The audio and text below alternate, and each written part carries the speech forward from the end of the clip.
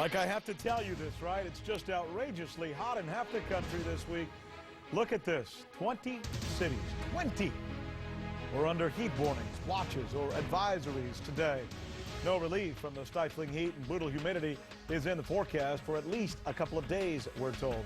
In fact, temperatures were pushing 100 from the Midwest to the East Coast. In St. Louis, it hit 100 today, and that's where CNN's Keith Oppenheim is tonight to show us a new high-tech tool that can beat the heat. Tell me all about it, Keith.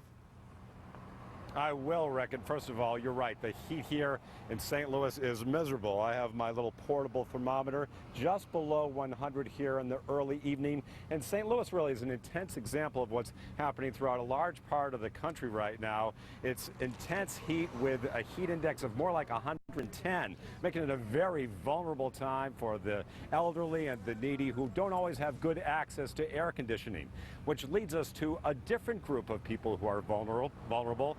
Football players. That's right, football players. You might not know this, but since 1995, there have been 31 football players who died from heat stroke in the U.S. during summer training. But now, science has something that can really help. Turning the corner, Selvin Young to the goal line. Touchdown, Texas. The University of Texas Longhorns are one of the nation's top football programs. And senior Drew Kelson is one of their top players, a defensive back with lightning-fast feet. You know, you have to come out every day and work to get better and better. Drew is also one of a few Longhorns who've been diagnosed as having a tendency to overheat. I'm just a heavy sweater, and I lose a lot of, fluid when I'm running. All right, there you go. Down the hatch. So before every workout, team athletic trainer Kenny Boyd gives Drew what's called the Core Temp Ingestible Pill, a capsule filled with batteries and more. Inside that, you have a quartz crystal, which is probably, for the pill, that's the main thing that makes it tick. 4 hours after the pill passes through the stomach, it transmits data to an electronic recorder and gives Boyd a precise readout of Drew's internal body temperature. For Drew, it's a very big deal. Just 21 years old, he's known 3 football players who died. In each case, overheating was a factor. One, a friend from high school.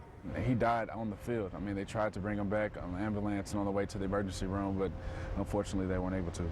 The University of Texas is one of a handful of college and pro teams now using the pill, pre-screening players who tend to heat fast and pulling them aside to cool down when they get too hot. The awareness stems from tragedy. In 2001, Corey Stringer, a 335-pound offensive tackle for the Minnesota Vikings, died from heat stroke during a summer practice.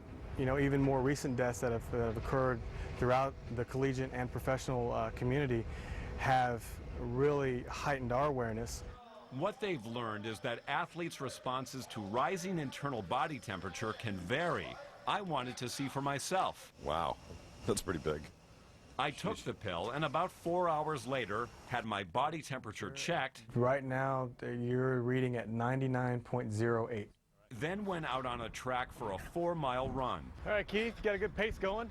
Yeah, I'm pushing it a little harder, Coach. How am I doing? Let's see where you're at. Okay. Ingestible pill says 100.77. That's a little more than a 10th increase from the last lap. I actually do feel pretty hot. It turns out I have a fairly good sense of my internal temperature. Go, go, go, go, go, go, go. But that's not the case for Texas Longhorns offensive lineman Tony Hills. At 6'5" and 305 pounds, Tony heats up faster than most, in part because of a genetic predisposition which affects his internal temperature. We're getting close, Tony. We're just going to keep watching you, okay? In this workout, Tony's body temperature goes over 103 degrees. Kenny Boyd pulls him aside to cool down and drink water. And when you're so focused on one thing, you pretty much tune everything out.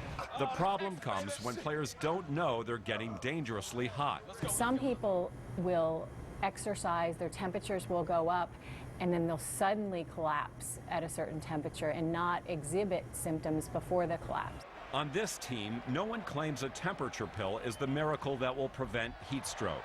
But no one doubts this high-tech way to watch high body temperatures could save a player's life. Rick, there are about 25 teams in the college ranks and in the pros that are currently using the ingestible pill on a select group of players. But you know, cost is really a factor here because each one of those pills costs about $30. So that's why we're seeing this more at the college and pro level and not quite so much at the high school level yet until perhaps the price goes down. Interesting how things change. You know, when I played football, they gave us salt tablets to help us retain fluid. I guess that was a lower technology. Glad to see things have improved somewhat. Keith Oppenheim, thanks so much. We appreciate that story. Chicago Soldier Field, speaking of football, is famous for one thing. Let's see if I can get this right. The Bears. But tonight it's the Dems and the Union and I guess the presidential campaign. We've got a live update on this one for you. Stay with us. And then later, rage over rap and hip-hop's treatment of women. Meet the women behind today's coast-to-coast protests.